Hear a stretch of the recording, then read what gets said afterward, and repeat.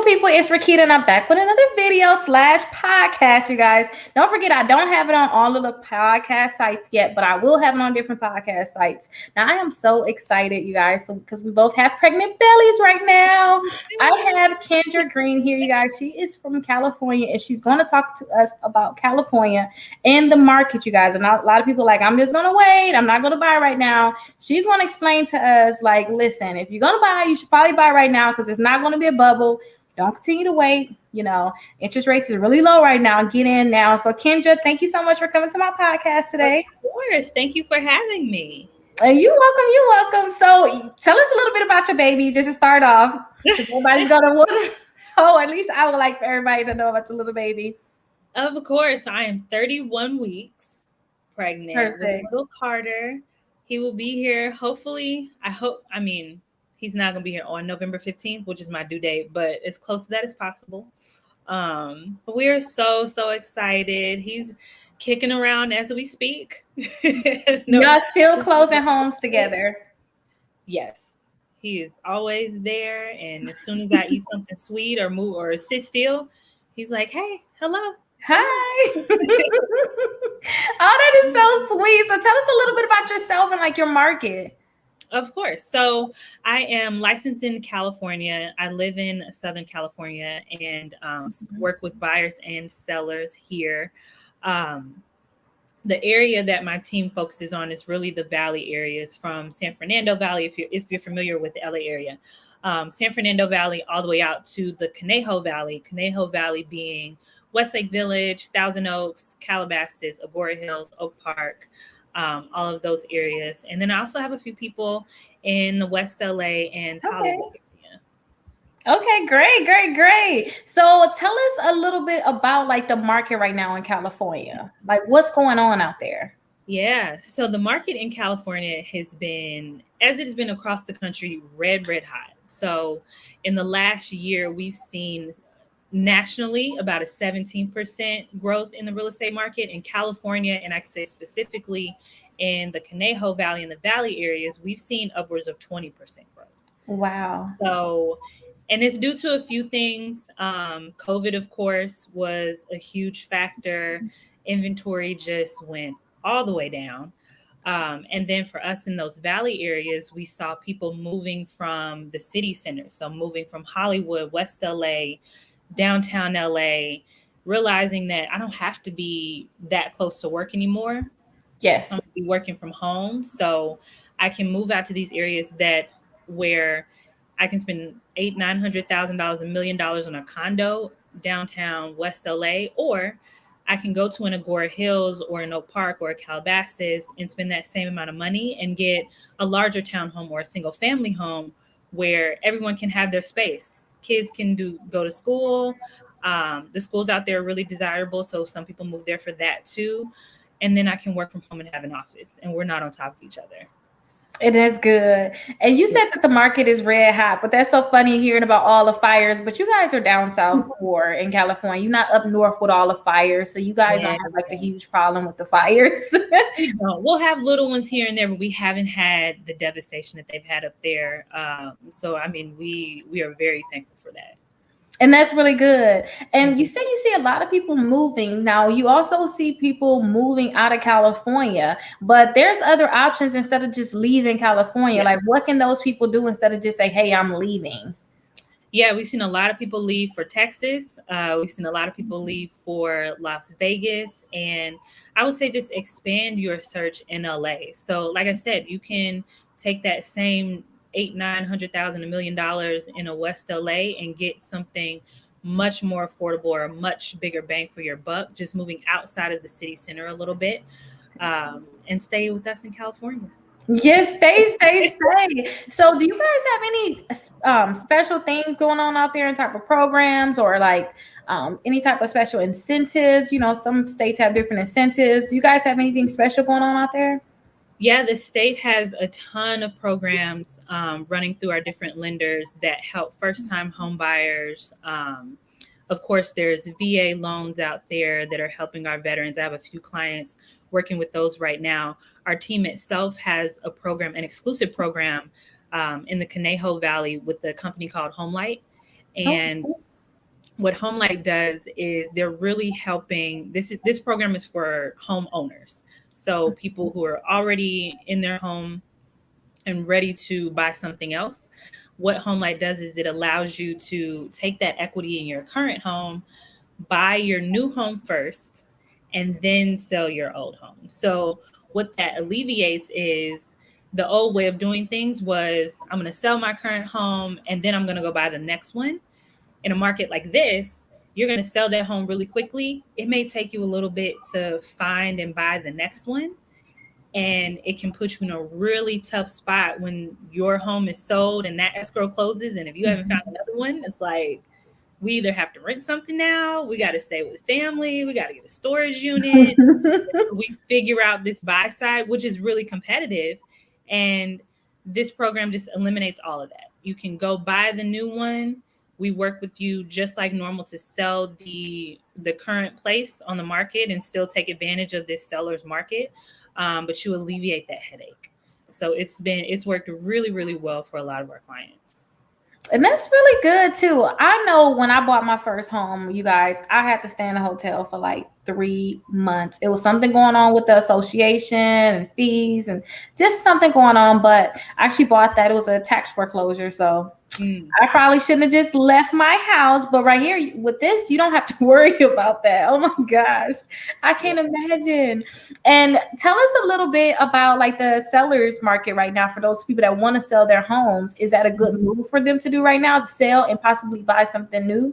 Especially for those people that want to like upgrade their home for kids. Oh yeah, absolutely. It's a great time to upgrade. One, because it is such a seller's market. And then also with it being such a seller's market, you're unlocking so much equity that going into your next home, that goes towards your down payment and you can upgrade very, very easily. Then it kind of flips the switch on you, right? Because now you're a buyer and now you're a buyer in this seller's market. But it's still an incentive for buyers as well, because with the market growing how it is, once you get in, and we have, strategies I'm sure we'll talk about for buyers to win the home. Once you're in, you are now just collecting more equity as the market grows and grows and grows. So it's really a good market for both sides. And in California, you guys are more like an equity play, right? You want to build the equity in your home. That's like the biggest thing. Because like I'm actually from Wisconsin. So in Wisconsin, it's more like me being a landlord is all about cash flow. We didn't really care too much about the value. We was gonna make our money through cash flow. But in California, you guys really play on equity out there. Yeah, that's where your wealth is sitting. Chicago was a cash play, just like that, just like Wisconsin, where you go in and it's amazing for investors, right? Yeah, you can really get that cash flow moving. But California is definitely an equity play. And it's doing nothing but growing. There's so many people out there with debt, so much debt, you guys, that they can't even get a car, they can't get a mortgage, they can't even get a credit card. Like, I mean, a $200 credit card. Some people can't even get a secure credit card. So that's why I created my exclusive credit membership, and it's only $1, you guys. So my exclusive credit membership, you guys will actually get the letters to delete bankruptcies, charge off, repossessions, any negative account that you have in your credit reports. I have the letter so you guys can get that deleted. But guess what? Just because you guys are a part of my exclusive membership, you can get all those letters. But say if you don't want to do all that work, I have it so that you guys can get free credit repairs. So that means I will actually start working to help you remove these accounts from your credit reports. And look right here, look all the results that my clients are getting. So definitely remember, you guys can join my exclusive membership for just $1. And I'll have that link down below. Or you guys can text SCORE 21,000 and you guys will have that link. So I'll see you guys in my exclusive membership right now. And that's good. So if you guys are out in California, like seriously, that's how you guys, like if you're renting right now, you might as well just go ahead and buy, especially with the interest rates kind of low. Like what type of rates are you seeing out there right now?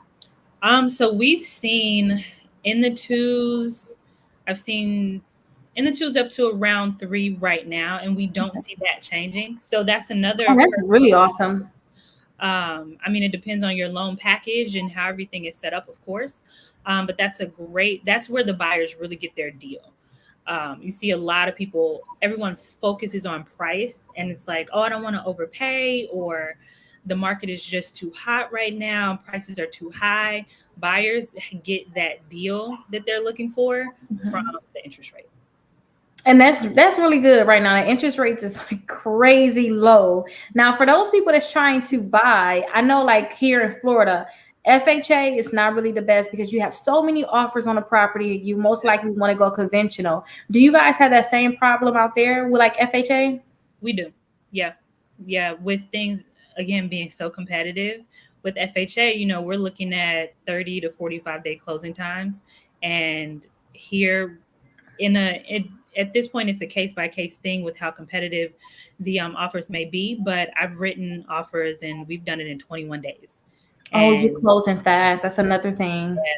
yeah. We're having to close fast. And then with it being a seller's market, if I'm looking at things from the seller's perspective, if I'm looking at offers and there's, you know, 3 or 4 conventional offers that have a good amount down, short closing times, shorter contingency time. So inspection, people are waiving appraisal completely. People are Wow. waiving loan contingency completely, which we have some lenders that can fully underwrite people so that they can, you know, comfortably waive loan contingency. But if I'm a seller looking at 3 or 4 offers like that versus an FHA buyer that wants, you know, a 30, 35, 40 day close, Yeah. they're going to go with that conventional buyer. Because it's just taking too long. A lot of times I'll see that even I recently helped a client with this. They're with one of my partner realtors out in Wisconsin. I was like, listen, get your loan right now for conventional, but go ahead and switch it over to FHA so you can get that better rate. You know, you got a better rate with doing it that way, and you have less of a down payment. But out there, they can close. It can take a little longer for closing. But you guys like, no, we need to close as soon as possible. You can't just do that switch like that. But I will say this, if FHA is affordable, if that 3.5% down versus a 5, 10, 15% down with conventional, if that is the decision point or the difference in you becoming a homeowner or not, I would say go for FHA, work with someone who is really gonna, you know, work on your behalf and still try to purchase. Like I wouldn't let that be the thing that makes you not even go after it, because there's a situation for everyone, right? There are homes that are going to be super competitive that an FHA buyer will likely not have a chance, but we can dig, we can find the property, we can work with the seller. That's what I'm there for, to work with the listing agent and, you know, work on their behalf and talk to them and the seller and work on other terms. Of course, price is important, but, you know, I've had situations where the sellers are maybe moving out of town and maybe they need a longer escrow. I just realized the other day the seller needed a 45-day escrow because that's what their situation called for. So I would say we can still work through that. So if it's FHA or nothing, go FHA. Okay, but still if you can get approved for conventional, you guys get the conventional. Let them think it's going to be conventional, but make sure that they can still close you out with an FHA as soon as possible. That's the biggest thing, because you still will look better that route, correct, with the conventional. Absolutely. And we talked about like condos. Is there a problem out there with like buying condos with an FHA? It depends on if the community is FHA approved. And that's a case by case thing. They did approve, I believe this was October of 2019. They approved FHA units, or spot approval is what it was called. Oh. If a community or a building wasn't FHA approved, you could go through the process and have a unit spot approved. But again, a case by case basis.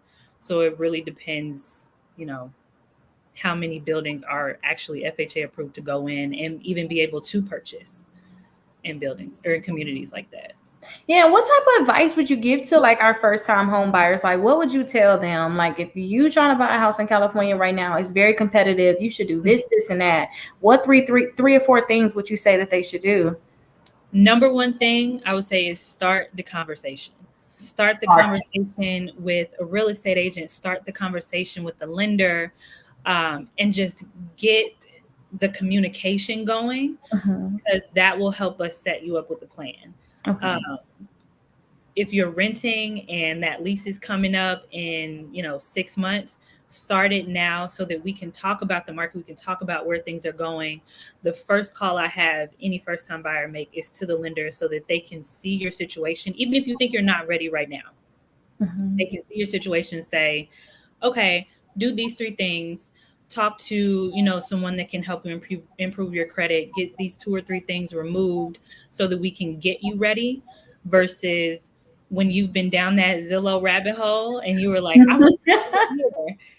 How do I get approved? And then things come up and now we miss out because we could have started 2 or 3 months earlier and, gotten things taken care of. Or on the flip side, I've had situations where buyers come and they're like, I don't think I can do this. I just don't think I'm ready. And the lender looks at it and says, we can work this out. We can make this happen. So just try. Don't assume. First step is talk. Don't assume. Like, call, figure it out first. Let's just get started. Yeah. Yeah. And what about like saving tips that you can give too? I would say invest, save, because what we're looking for as far as proof of funds and making sure you have that money for down payment and closing costs and all of those expenses, we can use bank statements, but we can also use investment accounts. So there are ways you can use, 401k accounts to build you up and show those reserves and show that you have that money in the bank. I would say talk to your employers, understand your 401k situation if you're paying into one. Some have programs where you can pull money from that without, the penalties and things like that if you're buying a home. Mm-hmm. So I would say understand those things and save. But, and this is from my investment side, don't just sit it in a bank and get that 0.1% interest. Put it in an investment account, make your money work for you. And then as that grows, your down payment grows, exponentially, and you can use that as well. Don't forget, you only need a 580 credit score to buy a home. Some people can go all the way down to a 500 credit score. So all I want you to do is go ahead and click that link for my home buying program, and I'll help you step by step find a mortgage broker or find a bank to actually give you the money to get a loan, and then I'll connect you with one of my partners in the United States. So I don't care where you at. I don't care if you're in Georgia, Texas, Florida, Wisconsin. I don't care where you at. You can even be in Cali. Go ahead and click that link and join my home buying program. That is amazing, because I thought about, 401k. A lot of people, investors use their 401k, buy a property with that. You're not gonna get penalized because basically you're buying a house. But I never really realized that for like a first time home buyer. One of my buyers thought about doing it, but she was like, I don't feel like I should do it. And I'm like, okay, well, don't do it. But wow, okay, yeah, go for it. And you're not gonna be penalized for it. And you're doing a great investment for yourself. Exactly. You're not going to be penalized. You're putting your money into one of the best investments that, we've seen that grow. So as long as you're putting your money into something that is growing over time versus just sitting it, under the mattress sometimes or, or just in a bank that's not helping you grow, it's a no-brainer. And what about, do you guys have anything special for those people that may be self-employed out in California too? Yes, so that is a huge thing here, actually, with the entertainment industry and the gig industry here. There are a lot of self-employed people. And over the past year, of course, with COVID, when a lot of the lenders tightened up early on, it made it really, really that much more difficult for self-employed people to get approved and get approved at the level that they can afford, because, we write things off and we... I learned my lesson with that. Yeah. And it feels good, right? It feels good when you're doing it. You're like, I don't have to pay this much in taxes, but it can really, really bite you in the end. So I would say the biggest thing there is work with a real estate tax accountant that has that knowledge of both sides. Okay.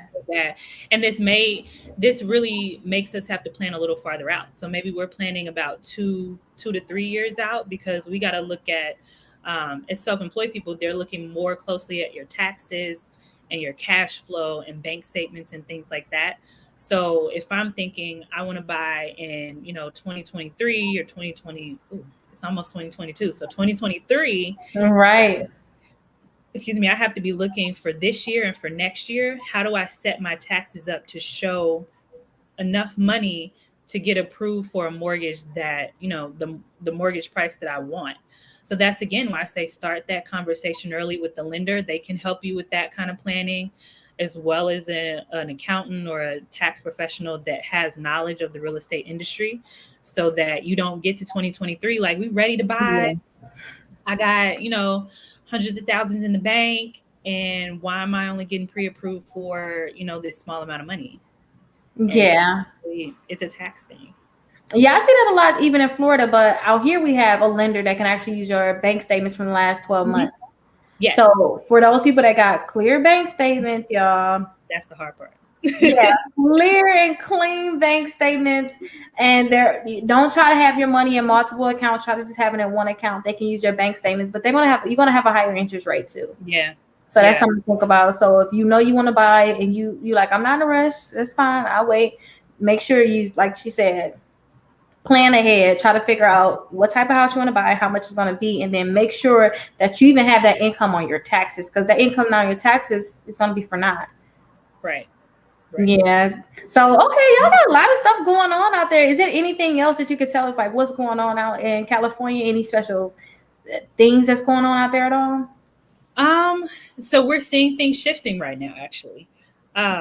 We're seeing things, and it's really important about the words we use when we talk about this. We're seeing things slow down relative to how crazy it was. Okay. And when I say that, I hesitate a lot, because when we say, oh, things are slowing down and the market is cooling down, people think price drop or prices are going down, or, I can get a deal now. And that's not necessarily the case. When we say slowing down, we mean that from the craziness, the 17, the 20% growth that we saw over this last year, that's slowing down to about 7 to 9%. Okay. That doesn't translate into prices dropping. That translates into things becoming less competitive. Yeah, so you're not fighting, literally. Exactly. Where we had a listing that got 20 offers. We're not seeing 20 offers anymore. We're seeing maybe 3 to 7. So it's 20. Oh yeah, 20 offers. We saw things going for $300,000 over list price. Like, it was insane. And that's not to say that we don't see that now. It's just not as often. Okay. And so we see this trend of less competitiveness happening for a few reasons. One, people are kind of settling in now. School is starting. Mm-hmm. People are like, okay, we've gotten our home, we're good. People are becoming more comfortable sellers are becoming more comfortable with open houses and people coming into their house. So there's more inventory coming onto the market. But we're still constrained. So it's kind of a complex thing, because we have these things that are coming into the market that are making it a little more easy, but there are still a lot of buyers out there, along with interest rates still being low. And so, like we said earlier, it's still a really, really good time to buy, because next year, when interest rates are going back up, prices are going to keep going up. It's just going to become less and less affordable. Oh my gosh, you guys, look at these results that one of my clients got just from opening a self account. Now, this self account is amazing. So I have this account also. I paid $48 per month, and then after a year, they send me all my money back. But you know the best part? I'm saving money, and then they're reporting to the credit bureaus, all 3 credit bureaus, every month that I'm paying on time, which is really boosting my credit score, you guys. So definitely, if you don't have a self account right now, it's an installment account, your credit score is really low, get that self account. You're going to be so happy that you did it. And we don't, the last thing we want is for our buyers, especially our first time buyers, to be priced out. That's true. And a lot of people are like, well, I'll just wait till the prices drop. And you got to think about it. If some people, for some reason, maybe they didn't pay their mortgage during the COVID period, during that time where they put a hold on mortgages.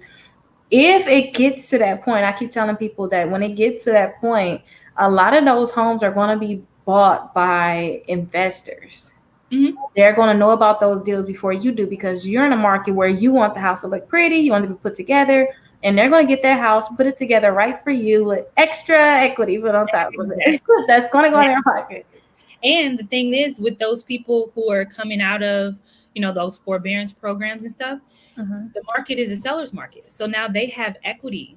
That's the big difference between now and what we saw in the 2008, with that crash and people being underwater.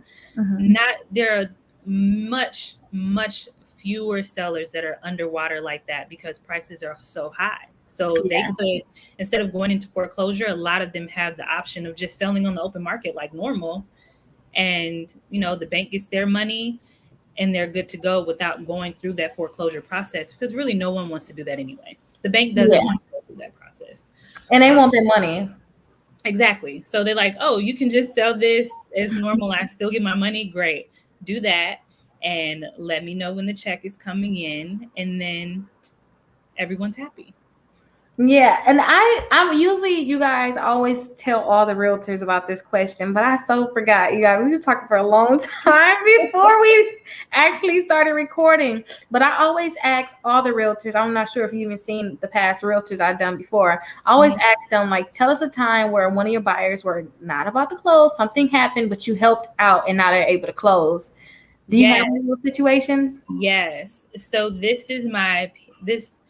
the moral of this story is my PSA for buyers who are thinking about working with the big banks out there. Okay. I won't say any names, but I had a client. They were first-time buyers earlier this year, actually, and they were buying a property using a big bank as their lender. And why we can't say the bank? Okay, we can say it. The Chases, the Bank of Americas, the Wells Fargo, the who else? Those are probably the big three. But they were using one of those banks, and going into it, we were like, okay, we'll work through this. They asked for a 35-day escrow. The seller said okay. And so we got to about day maybe 25, between 25 and 30 days. And inspection contingencies were removed. Appraisal contingency was removed. Everything was flowing smoothly. We got to loan contingency. Time to close. Yeah, it was time to remove this loan contingency and close. And it was thing after thing. Oh, I have to talk to this department that's here, and then they have to get back to me. And then we request more documents from the buyers, and now we have to go through this and go through that, and such has to check. That literally happened for 3 weeks. And I'm talking to the listing agent. He had personal things going on, which actually bought us time. But from his perspective, and he told me point blank, he's like, at this point, I'm not confident they can close. And we're past our escrow day. I think we were at that point maybe at day 37, between 37 and 40, something like that. Oh, wow. And so at that point, we're out of contract. The seller can cancel. Explain out of contract. What can happen if you're out of contract? When you go into escrow as a buyer, things are really in the buyer's court, because you have the 3 contingencies: inspection, appraisal, and loan. You have a set time frame to handle those things and remove those contingencies. If for, whatever reason you want to cancel that contract within those time frames, you can do that as the buyer. The seller doesn't have very much power at that point. Once you are outside of those contingency timeframes or past your close of escrow timeframe, that's when the seller can say, this buyer is not performing. I want to cancel this contract. Also, for this buyer, at that point, your earnest money deposit is at risk. And that's the money you put down in the beginning. That money you put down is possible that the seller can keep the money instead of give you the house. Yep, exactly. And here it's typically 3% of the purchase price. But I mean, you don't want any money, right? Yeah. And so at that point, we're past our close of escrow date. We're out of contract. That seller can come back and say, this buyer, I don't think you can close. So we're going to cancel this contract. And we were very, very close to that. had a lot of conversations with the listing agent, even got him in contact with the lender to say, like, this is not my buyers. This is not their ability to close that's holding things up. This is not their ability to qualify that's holding things up. It's literally this lender who has these processes that are just ridiculous and unreasonable that is making this an issue.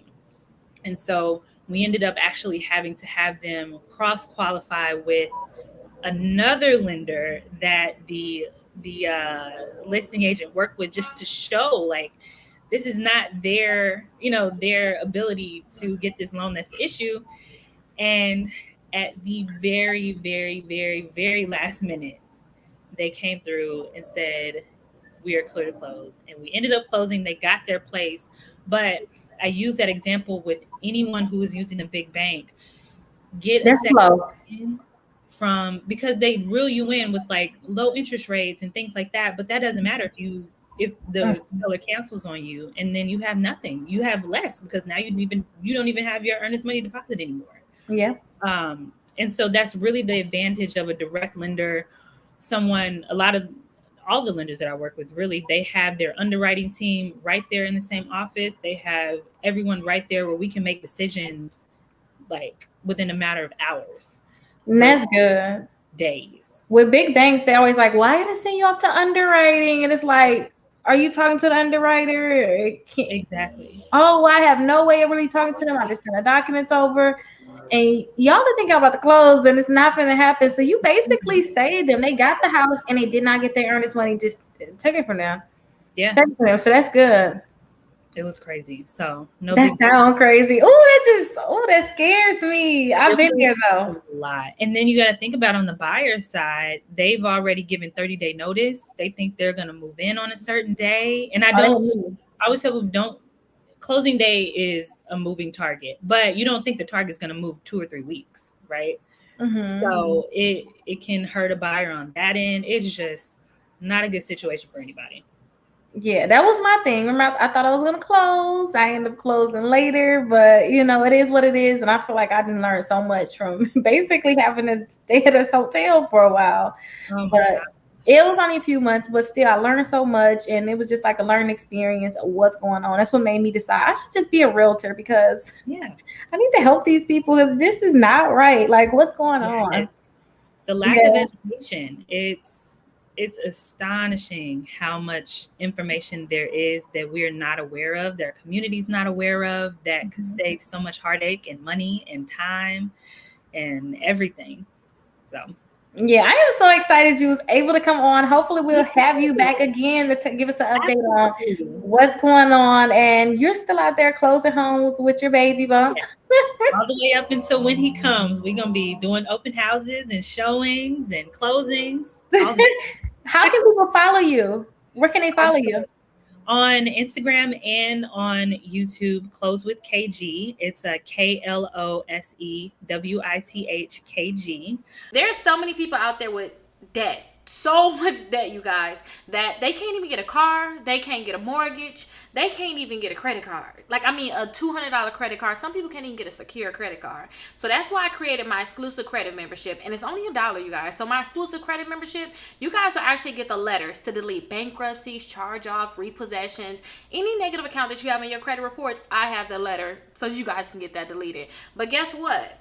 Just because you guys are a part of my exclusive membership, you can get all those letters. But say if you don't want to do all that work, I have it so that you guys can get free credit repairs. So that means I will actually start working to help you remove these accounts from your credit reports. And look right here, look all the results that my clients are getting. So definitely remember, you guys can join my exclusive membership for just $1. And I'll have that link down below. Or you guys can text SCORE 21,000 and you guys will have that link. So I'll see you guys in my exclusive membership.